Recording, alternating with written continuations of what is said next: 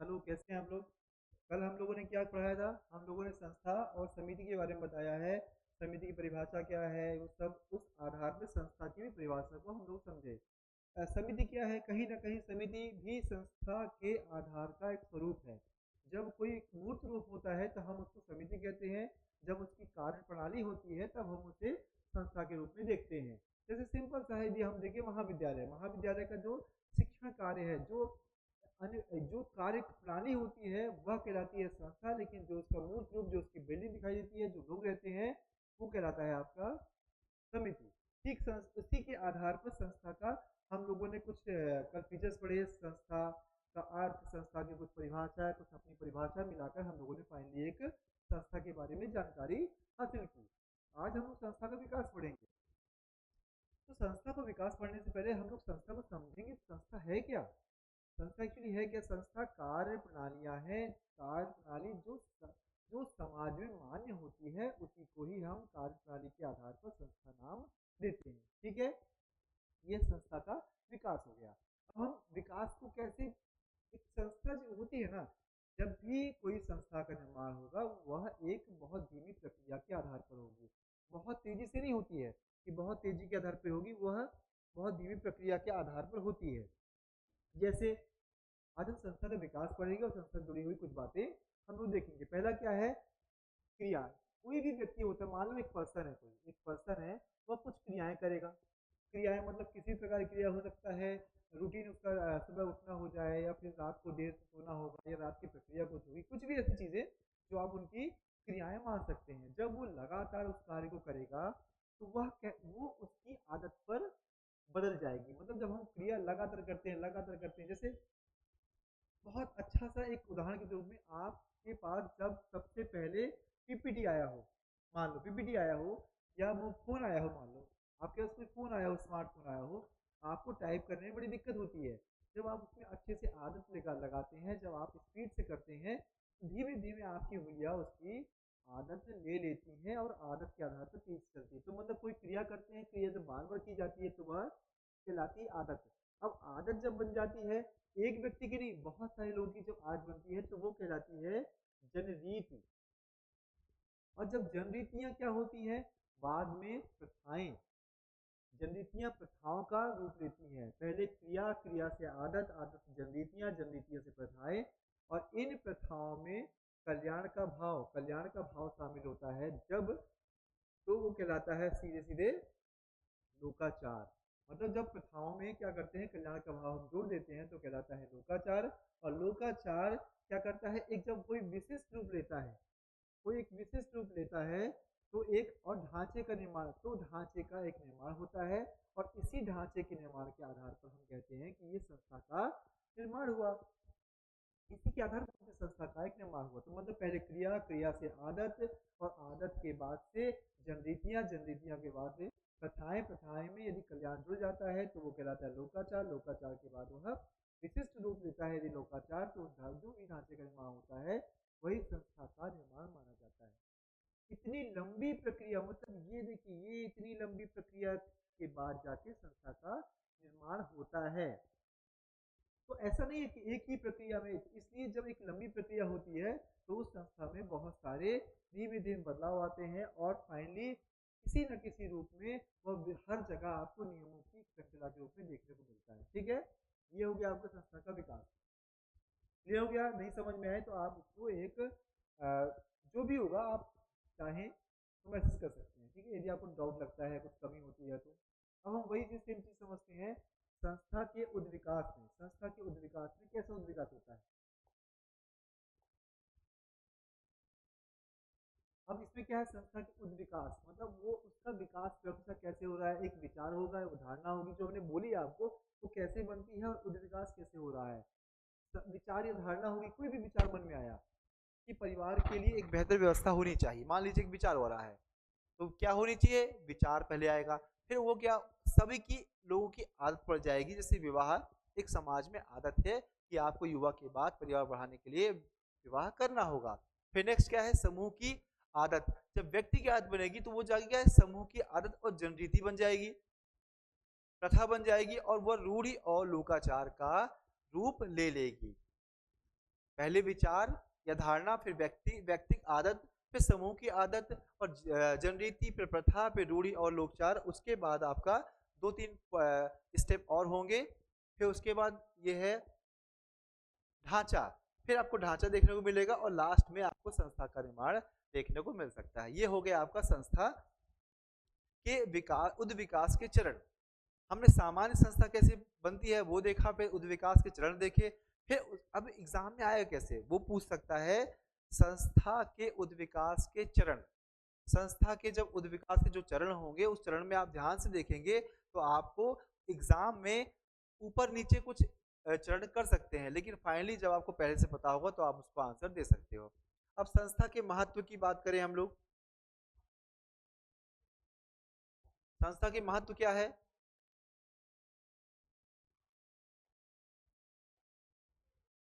जैसे हमारा क्या होता है, एक होता है महत्व। महत्व क्या क्या कैसा है? परिवार, परिवार एक समिति है लेकिन एक विवाहिक संस्था है। संस्था क्या होती है? विवाह को सामने रखते हैं हम लोग।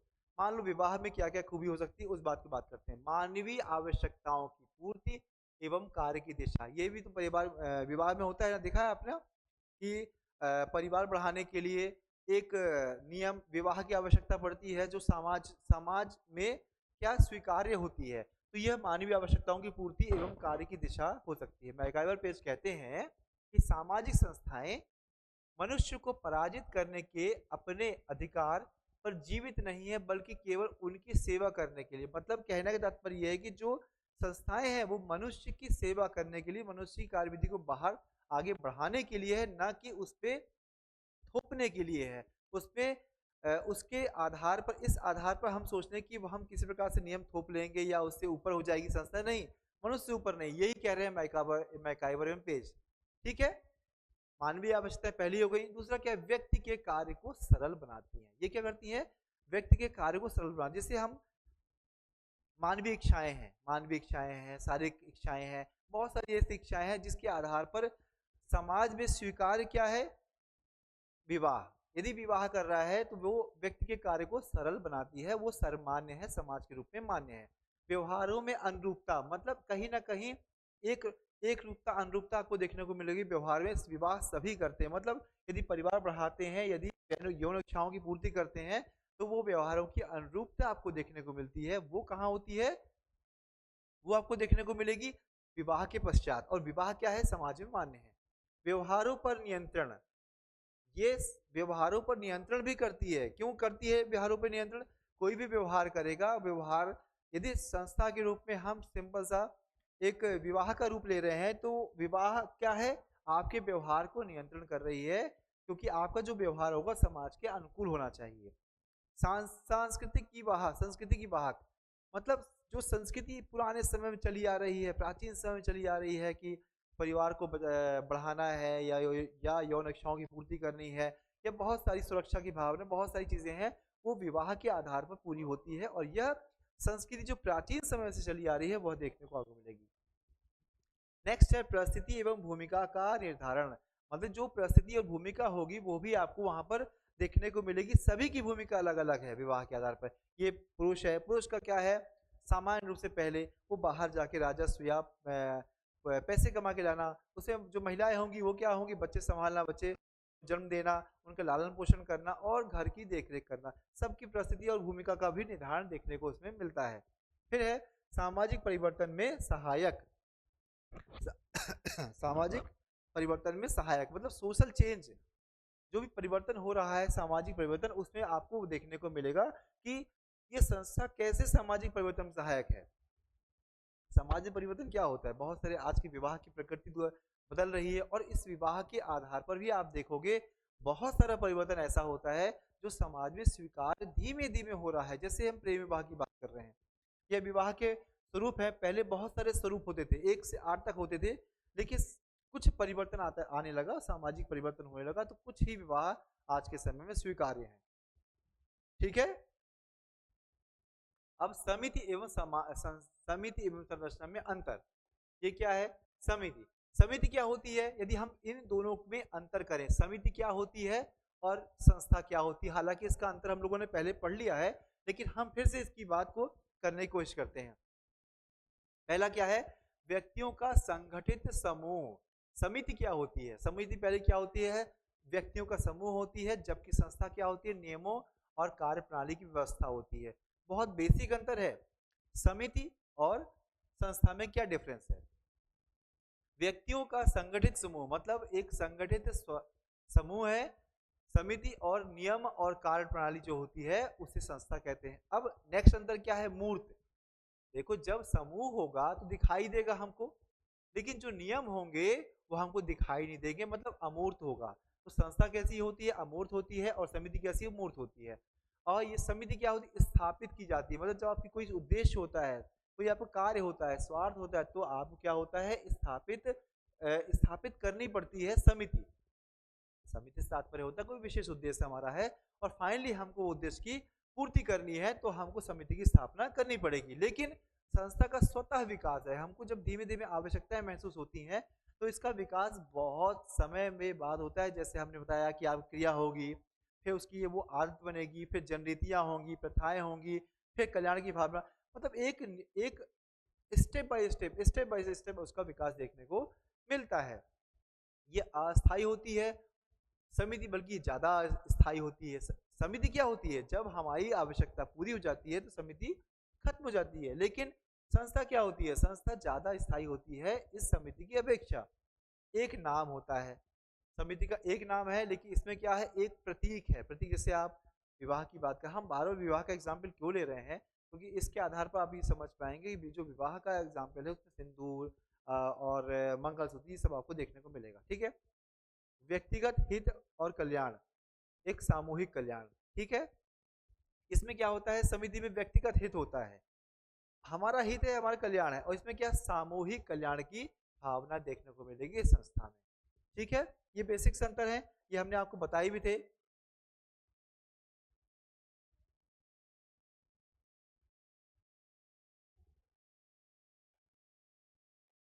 अब देखो इसके क्या होते हैं, जो समिति होती है, ये फिर समिति आ गई,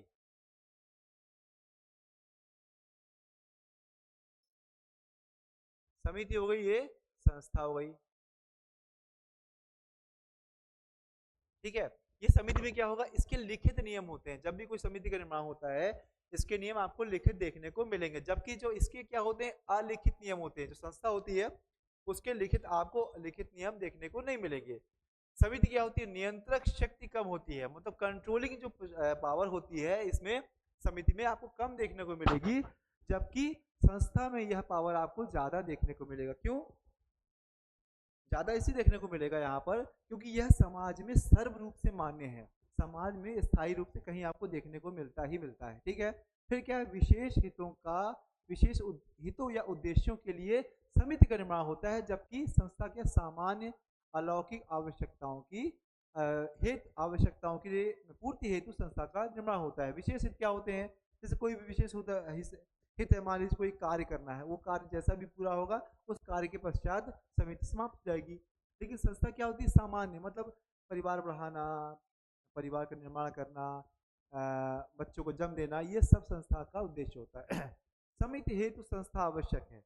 समिति हेतु समिति बनेगी तो समिति के नियम भी होंगे, मतलब संस्था की आवश्यकता होगी। लेकिन समिति ये है, समिति के हितों की पूर्ति का साधन है, मतलब समिति क्या है, ये समिति के हितों का पूर्ति के साधन है, जबकि समिति हेतु संस्था आवश्यक है। और यहाँ पर क्या होता है, समिति के लिए संस्था आवश्यक है। ठीक है, एक पीढ़ी से दूसरी पीढ़ी में आपको स्थानांतरित नहीं होता है, समिति में अपना कार्य किया, खत्म। कोई भी आप कार्य करेंगे उस कार्य के बाद उसकी स्थिति आपको देखने को समिति को नहीं मिलेगी, जबकि पीढ़ी से पीढ़ी जो स्थानांतरित होती है इसमें संस्था, जैसे विवाह की पद्धति आपने देखा होगा प्राचीन समय में चली आ रही है, आज भी आपको देखने को मिलेगी। इस समिति में क्या होता है, मनुष्य सदस्य होता है, जबकि संस्था अदृश्य होती है, यहाँ पर कोई भी सदस्य के रूप में नहीं है, लेकिन हाँ कार्यप्रणाली के रूप में ही देखने को मिलता है। ठीक है, अब सबसे बड़ा स्टेटमेंट क्या है, ये बहुत इंपॉर्टेंट है।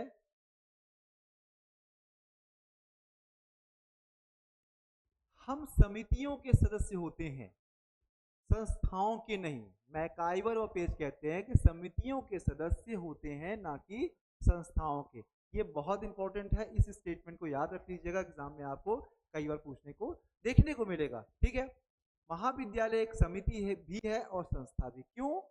क्यों महाविद्यालय को जब हम ऊपरी बिल्डिंग देखते हैं, वहाँ के लोग देखते हैं, तो एक मूर्त रूप दिखाई देता है, तो वो क्या होती है? समिति। लेकिन जो उसकी कार्य प्रणाली होती है वह आपको देखने को मिलेगी, तो वह कहलाएगी संस्था। ठीक है, ये संस्था का चैप्टर पूरा हो गया हम लोग का। प्रयास कीजिए कि आप बहुत अच्छी तरह से इसको रिवाइज कीजिए, और जितना अच्छा रिवाइज करेंगे वही आपको समझ में बेहतर तरीके से आएगा कि हम लोग इतना कवर कर पाए। ठीक है, कुछ डाउट होगा, कुछ पूछना होगा तो आप पूछ सकते हैं। ओके, ठीक है, थैंक यू।